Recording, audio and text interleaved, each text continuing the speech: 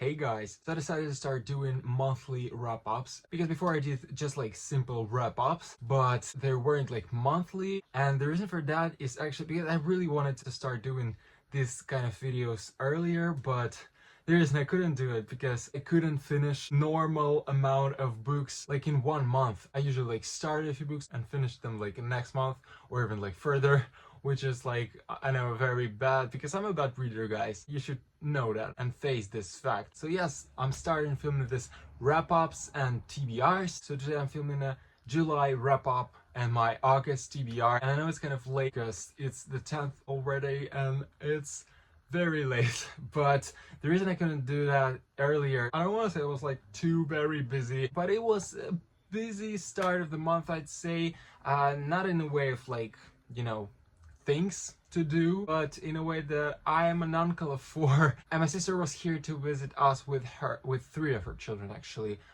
So not 4 of them, so at least that, but 3 of them, 2 of whose are like toddlers. Or who's toddler? I guess like one of them is infant and like one of them is toddler, one of them is like bigger than a toddler. I don't really know what's like the difference between those, but like one of them only like half a year old. So I didn't really have not only like time, but also a place to film, because I usually film videos when I'm like alone in the room. So that's why I didn't film it earlier, but now I'm filming it. So let's start with my wrap up. So July wasn't like a bad reading month, but it wasn't great either, I'd say, because I actually thought I would read much more, but I don't know, like somehow I didn't. I started one book that I really wanted to read. I thought I'd read it 100%, but I didn't read it because my interest really lacked and the book wasn't that great, so I'm gonna talk about it a little later. Plus, I just am really lazy sometimes with like reading the books I'm interested in. That's, you know, that's a paradox, but that's the thing about me. That's the thing about all of us readers, let's be honest. July was like a very, very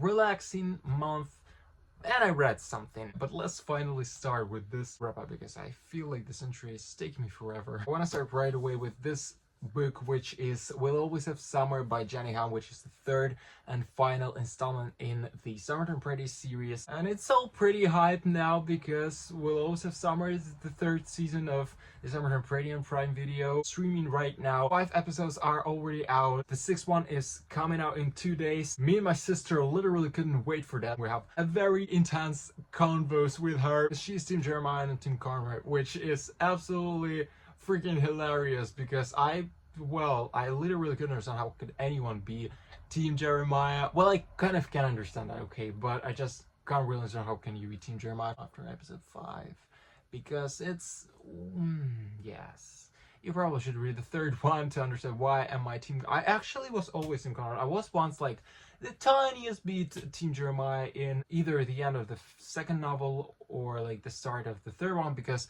I remember that I had like first 3 chapters in the end of the 2nd book, which sounds a little complicated, but still. But finally I read this one and I want to say I liked it. I didn't really love it. I was waiting for more summer vibes, to be honest. That's why I was here in the first place in this series. I definitely hadn't thought that love triangle would literally like take it all over. It was pretty obvious for me how it would end. I pretty much knew it all along. It's just that like I needed to finish it to kind of like prove it. Even though the author did a really great job in kind of like making this tension and just like pushing until the very end, because at some point I was like, but what if it doesn't end like the way I think it would, or what if it's end like differently from 2 of the endings that there can be. I hope you get me. But I'm happy with the ending we got. It was a little sad, but it was happy at the same time for me, and I probably spoiled it right now by saying that, but hey, you know, there are talks that the TV show will end differently than the book, so it's very weird. How can it end differently? Like, as always with the series, the book was a very fast and interesting read. It ended much sooner than I had expected, but I'm really happy that I finally finished this trilogy. Hey guys, me from the future here, because I wanted to do a little warning that if you ever decide to leave your book in your beach bag while it rains, it probably isn't a great idea. I'm just gonna insert pictures for you to look at it. Okay, it fell. The next two teeny tiny books that I'm gonna be talking about is the New York Minute series, which I finally finished. You see, I'm really great with like finishing the series in this video so far. But here I have the second part, which is There's Something About Roxy, and the third one, which is The Secret of Jane's Success. These both are prequels for the New York Minute, which originally is a movie, but it was novelized when it came out. I have it on my bookshelf. You probably saw I've seen my bookshelf tour. But while the first part is basically just like the, the movie, then these two are absolutely made up stories by just like some random authors. I don't even know like if the girls who wrote it were somehow involved in the movie process, but it's still great. I really liked reading this because these two were just very fun and quick reads. I really liked reading more about these two characters, especially about Roxy, because I adore her. I probably said it too many times in my videos already, but I really like New York Minute, and it was just such a pleasure reading this too. For me, as a fan of the movie, just to find out more about their lives, about these sisters' adventures. Though I like the second one more because it was concentrated on the character of Roxy. This one was actually good as well. It was a little slow in the beginning, but it was great by the end. So I ended up liking both of this. The next book I read was Loving Gelato by Jenna Ellis Welch, or I probably should say gelato because I'm not really sure you can say gelato in either Italian or English anyways. But this was such a fun and great novel. I really felt like I traveled to this place in Italy. I really loved the aspect of traveling to Italy. That's why I wanted to read this book in the first place. Then I really liked those characters. It just was a very great book, like I really liked it. Like I wanted to continue reading it, every time I stopped reading it and closed the book. So it was such a great summer novel. It's about this girl whose mother dies, but before she dies, she tells her daughter to go to Italy to meet her father. So that's why she goes there, she meets him, starts living in this house, makes new friends, and it's just like such a great novel. Like, if you want to read some feel-good book, then this one is definitely for you. And then I watched the movie, which was absolutely horrible because it's literally the worst adaptation I've ever watched. Like, I'm no joke, guys, it's seriously like the worst one.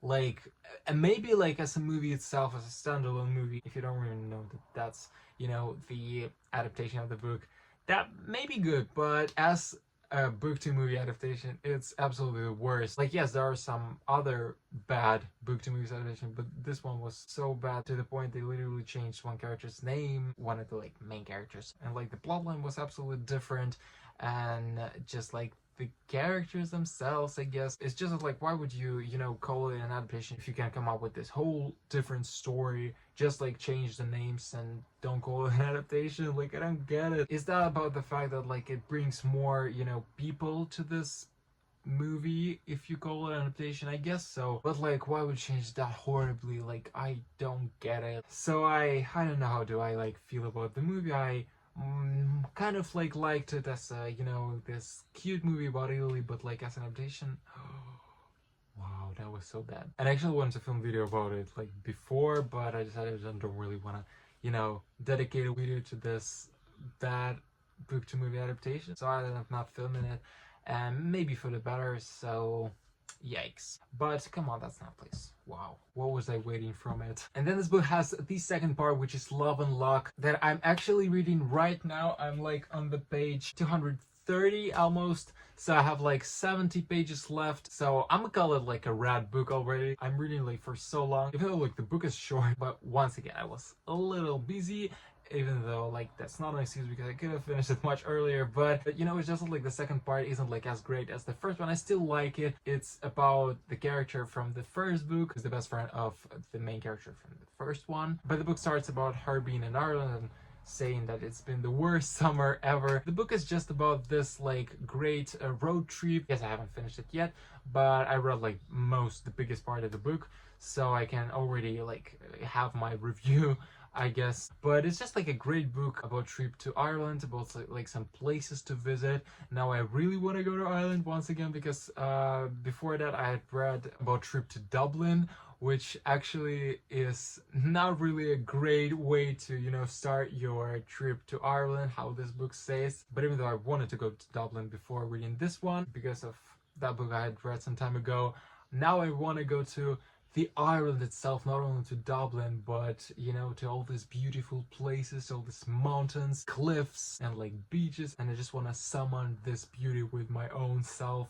So I really want to go to Ireland one day now, and when I go to Ireland, I can say that this book sponsored my wanting to go there. I'm happy I'm reading this book now, even though I don't like it as much as the first one, I still like it. So guys, it's me once again. Oops, you can see my beats. I just want to say that like I finished this book and it was absolutely amazing. I ended up really liking it. I still don't think I like it more than the first one, but the great thing is that I really related to the characters in the end. So that's what made me really like this book, and it just had such a great ending. By the way, the series has a third part as well, so I'm not sure I will read that one. I don't know if that's like about the same characters or I don't know, because in the beginning of the book they had to go to Italy, and I thought that maybe they would go, but well, they didn't. So the book is like fully about Ireland. But yeah, I'm interested in if the third one is about like Italy or Ireland or about like these characters. I'm really interested. Like maybe I should read it. I don't know. Maybe I will.